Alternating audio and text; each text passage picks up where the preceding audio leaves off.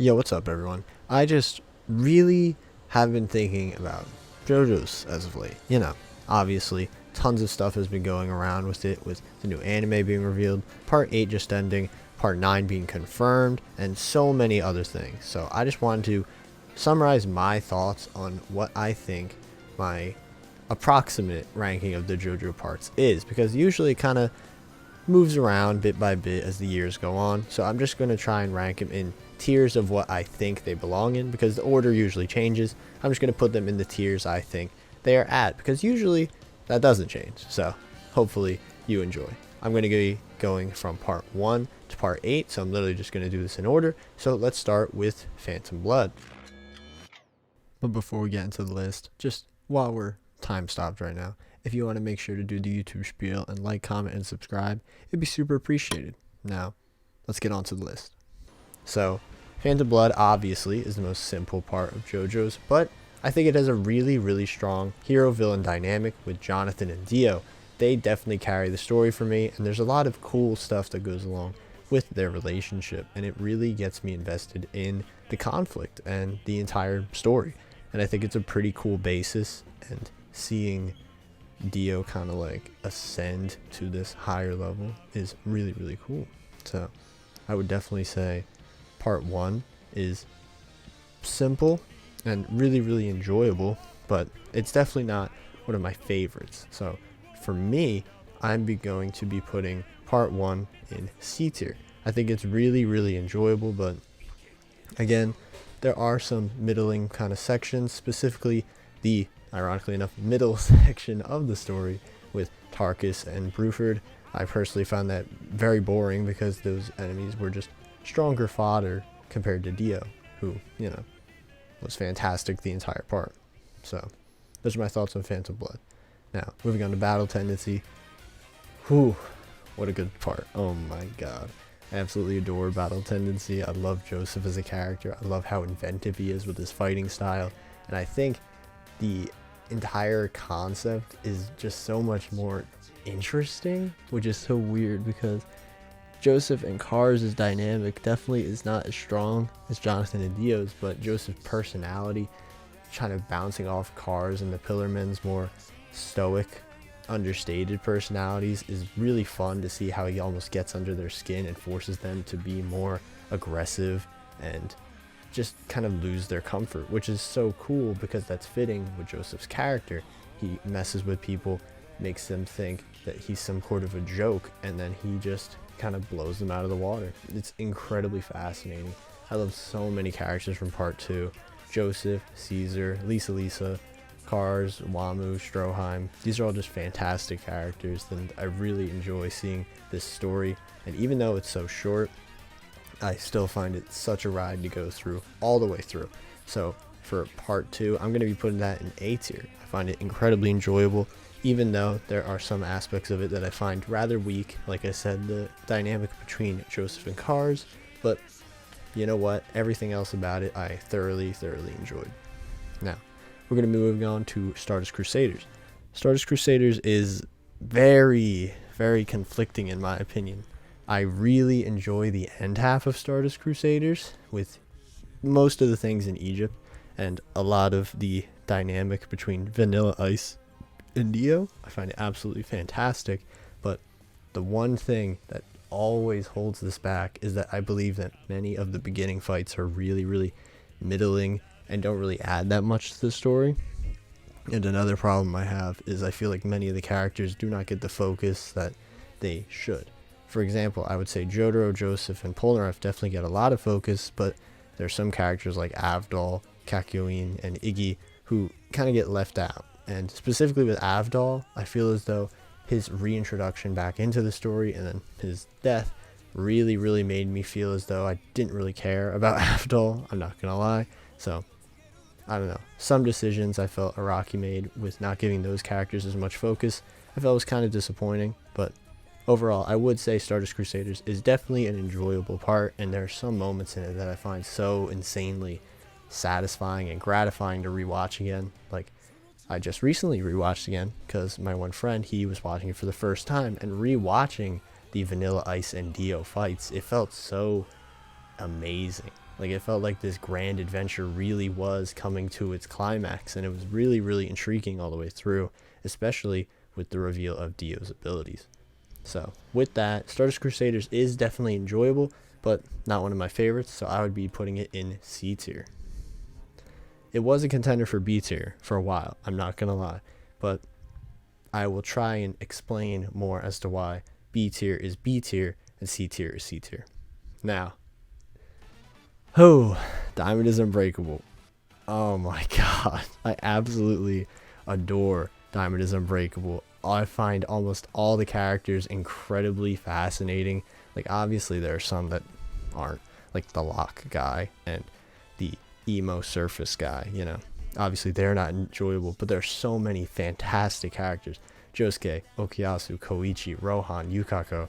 So many just great characters. And the thing, of course, that I find the most fascinating is the entire small town aesthetic, where as we fight these people, they sort of stick around and become more important characters as the story continues. Everything in the city of Morio is a kind of vehicle to introduce these weird, unique characters that become more important to the story as it goes on, where they sort of come together to defeat the real evil, who is obviously Kira, trying to stop their town from being as unique and lively as it should be. I think it's absolutely fascinating how Araki sets up these two halves of the story in that sort of fashion. I just really, really enjoy it. And obviously what I like the most is the theme of like friendship and compassion towards one another. It really feels so genuine and like heartwarming to watch a lot of the time, and it makes it feel as though the whole place really did come together just to stop Kira. And it's so good. And I love Josuke versus Kira. Kira is an absolutely fantastic villain, and honestly I think Araki's decision to focus on Kira as well and give him a lot of showtime, like his sort of trying to escape back into his normalcy after getting away from Josuke, Jotaro, and everyone. I thought it was absolutely fascinating, especially with Hayato being the sort of reader surrogate. Super, super interesting. And obviously, with how much I am gassing up Part 4, I'm going to give that a solid S tier. I absolutely love Part 4, and I'm very eager to watch it again. So, definitely will do that. Now, I'm going to get so much flame for this, but Part 5, I am not a big fan of. I'm going to be honest. I'm not a big fan of it because, personally, I do not find Giorno or Diavolo very compelling. And it's kind of a shame because Part 5 does have a lot of really, really cool aspects to it. Like, tons of the fights are incredibly, incredibly interesting, with one of my favorites in the entire series being Doppio vs. Risotto. And many characters in Part 5 I find really, really compelling. Like Bruno, I absolutely love Bruno. Mista, I really, really like Abakio for some reason. I don't really know why. Something about Abakio's kind of colder demeanor I love. Doppio is definitely a fantastic JoJo character. There's a lot that's there that I really, really enjoy, but this lack of interest I have in Giorno and Diavolo just really holds it back for me. Like, I know many people do like Giorno and Diavolo, but it's just me. Some of the fights are absolutely incredibly choreographed. Like White Album, oh my god, that was a great fight. Doppio vs. Risotto, like I just mentioned. And I feel as though the anime definitely did help flesh out some of these fights, because I originally read Part 5 instead of watching it like I did with Parts 1 through 4. So I had a bit of the crusty scans because it was that era of JoJo where it wasn't nearly as popular as it is now, and definitely was a struggle in some fights, especially the Green Day Oasis fight. That was impossible almost.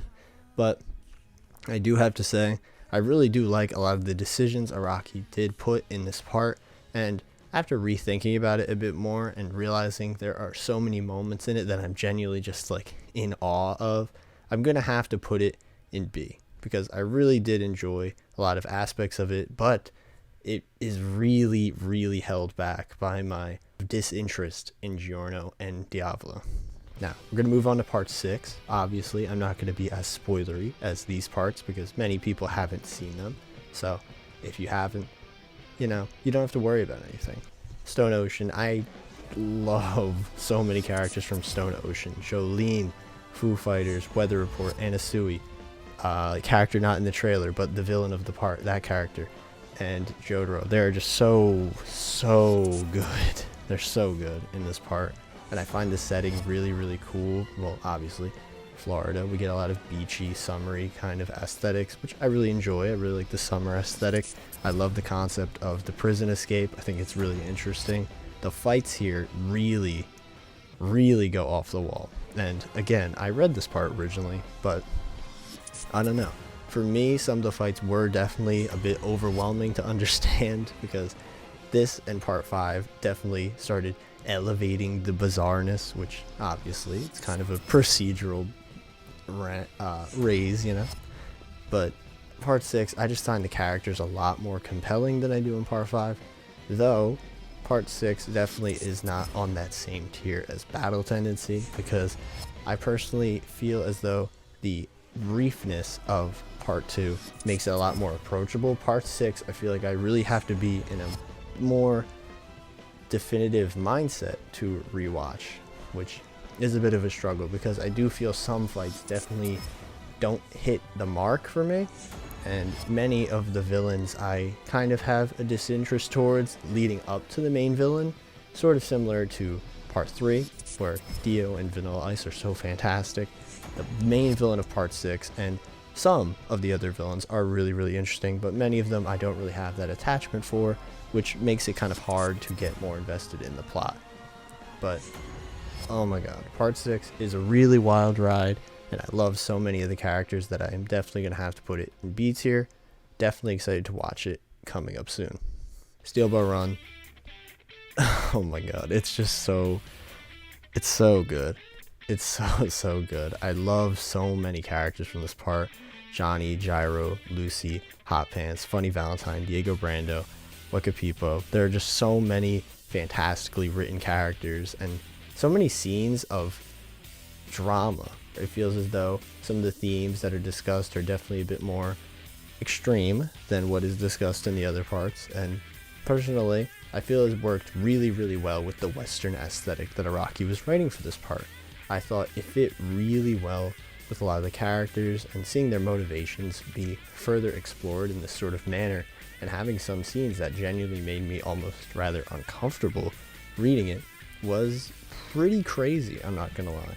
Personally, I feel as though the mediary villains leading up to the main villains fit really well with the plot of the story itself, because the story is a race, so obviously they're going to run into other people trying to stop them to win the race. I feel as though everything fit really well with how JoJo formula was and what it is evolving to be in this part. I thought it was absolutely perfectly executed for the most part.